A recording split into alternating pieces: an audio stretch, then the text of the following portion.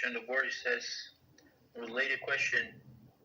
I read that Rabbi Ovadia, Yosef, Zatzal, poskim that Mizrahi Jews are not obligated to observe Rabbeinu Gershom's ban on polygamy. And specifically in cases where a woman is refusing to allow her husband to divorce, the husband is permitted to take on a second wife. In such extremely rare circumstances, would the husband not be obligated to ostracize his first wife, since technically he had reached the point of divorce with her in his mind? Would she not be forbidden to him? Of course, this whole question is all assuming the information I read about Rabbi Ovadia Yosef ruling is credible. Just to clarify. I apologize. Could you read it again? I apologize. We're going to split it in parts. Go ahead. Yes. I'm going to stop you because there are a few things that I want to discuss. Yeah, go ahead, please. Okay. So it starts. I read Rabbi Ovadia Yosef Zatzal poskim that Mizrahi Jews are not obligated to observe Rabbeinu Gershom's ban on polygamy. Okay. So it was just to explain to everybody. Rabbeinu Gershom Zatzal was about 1,000 years ago, plus minus, right? So, not minus. I apologize. More than 1,000 years ago. So his ban actually expired not too long ago, right? Not to have two wives. But one of the reasons not to have two wives was actually because of this country. So because it was he was living in Christian countries, they did not like that the Jews have more than one wife. So today, how it can be allowed because if the governments are against it? You understand? So all of the local governments in Israel or wherever they live, they're against it unless they live in some Arab countries. And the way I understand that Rabbi Ovadia Zatzal was actually fighting against Yibum, right? What is Yibum? Yibum, when one person dies childless, right? He did not have any children from this marriage, from previous marriage, period, no children, right? And his brother actually has to marry his wife, the deceased wife, and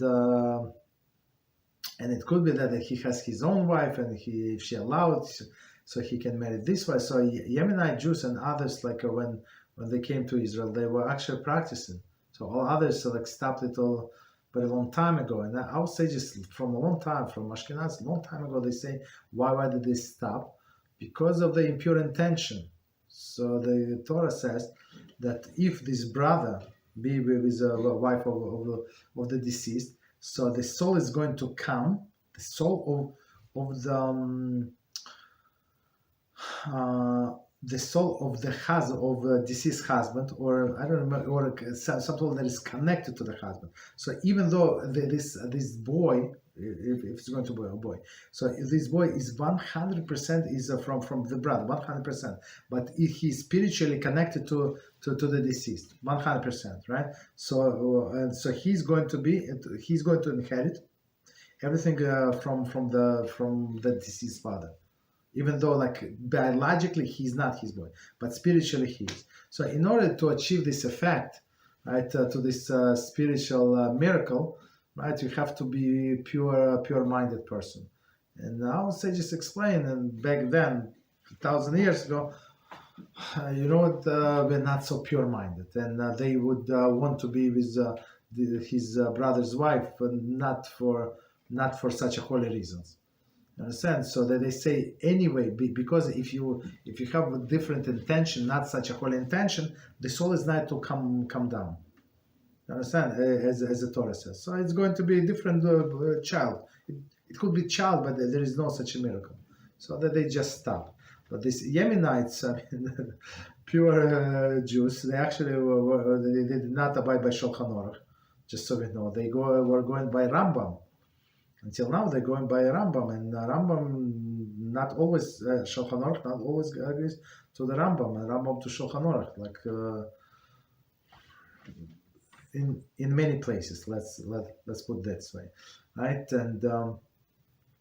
And what? So he was fighting actually, and he was the one who stopped it. I'm not sure if they doing it like in secret, but he stopped it, and he stopped many things. So the things that he would allow polygamy does not sound very good. But maybe to bring the point and do the second step, as we're going to hear now, I understand. So he would not allow, but use since maybe we can go like this. Maybe okay. Go ahead, please. Go ahead. Let's continue. Okay, so we're getting to some Gershom's on polygamy, and specifically in cases where a woman is refusing to allow her husband to divorce, the husband is permitted to take on a second wife. Okay, so it's not okay. So a husband is not obligated to get agreement from the wife, right? If he can take her to court. If she does not want to come, she does not want to come. So she's not actually the wife needs the divorce, not husband. So technically he can have a second wife, right? Technically. So if she does not want, but she's not allowed to marry. So he's allowed to marry, even though it's not proper. But she's not allowed to marry. The problem with her. So I'm not sure why would she refuse. What she's gaining. Okay. So they basically go to the Beis Din, and Beis Din decides because. I think it's also one of the enactment of Rabbi Gershom or somebody else. I think it was him. So the sages made very difficult for the husband to divorce his wife. No, not very, but much more difficult. It should be like good reasons. I think it was before him, but okay. He would find the good reason because in the Torah it says so. If he does not like her. She has this nose, she's smelly, she burned his soup, she burned his chicken. Okay, so he said, okay, you're out, you go to your mother's house. That's it. And it was enough reason for divorce if he does not like her. But sages said, no, it must be substantial. But today, substantial, Rambam said, if she goes to the marketplace, meaning outside, without head covering, she's out. She's out because why? She said that she's going when there is a marriage, right? It says clearly that she's going to abide. So this marriage is according to the law that Moshe Rabbeinu brought us from Mount Sinai, and Moshe Rabbeinu brought us laws from Mount Sinai that a woman, married woman, must cover her hair. So she's not fulfilling her part. So she's out. You understand? So they just annul the marriage, but she from his side. But she must get a divorce. She cannot remarry without divorce, without this get. He can, but she cannot. Okay, so what else? What else it says there? So the husband is permitted to take on a second wife in such extremely rare circumstances. Would the husband not be obligated to ostracize his first wife? I'm not sure if he would be able to ostracize him. I mean, he's not allowed to ostracize because he's involved party in this case, right? So it's only the court's decision. But court, I mean, court meaning Beis Din. Are they going to do it? I don't know. But it's as I said, it's in her interest to get a divorce, not his.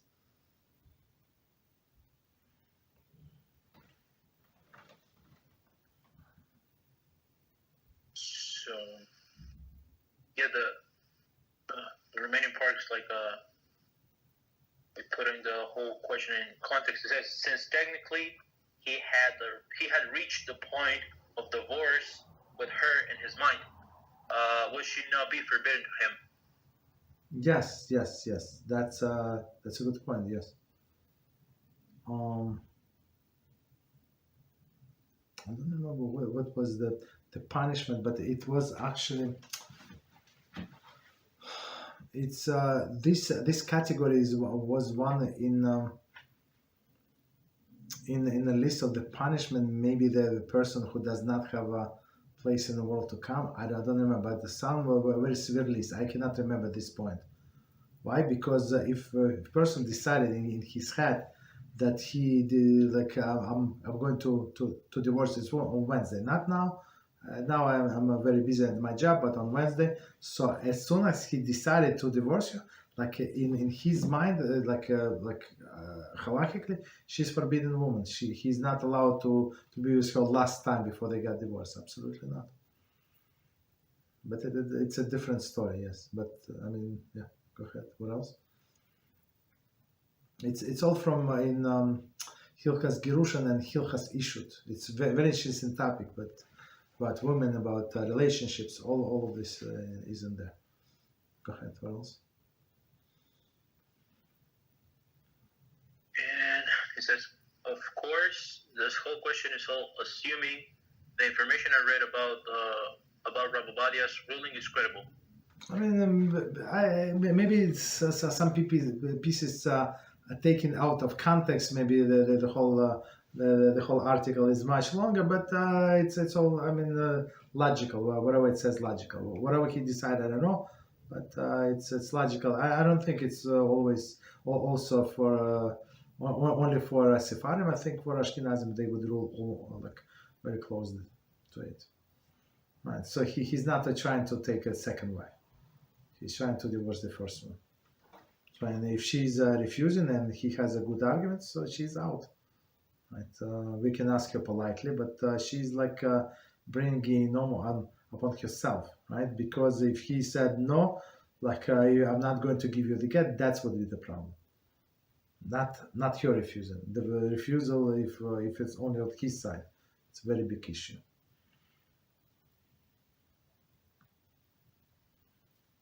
Okay, what else? Thank you, Rabbi. You're welcome.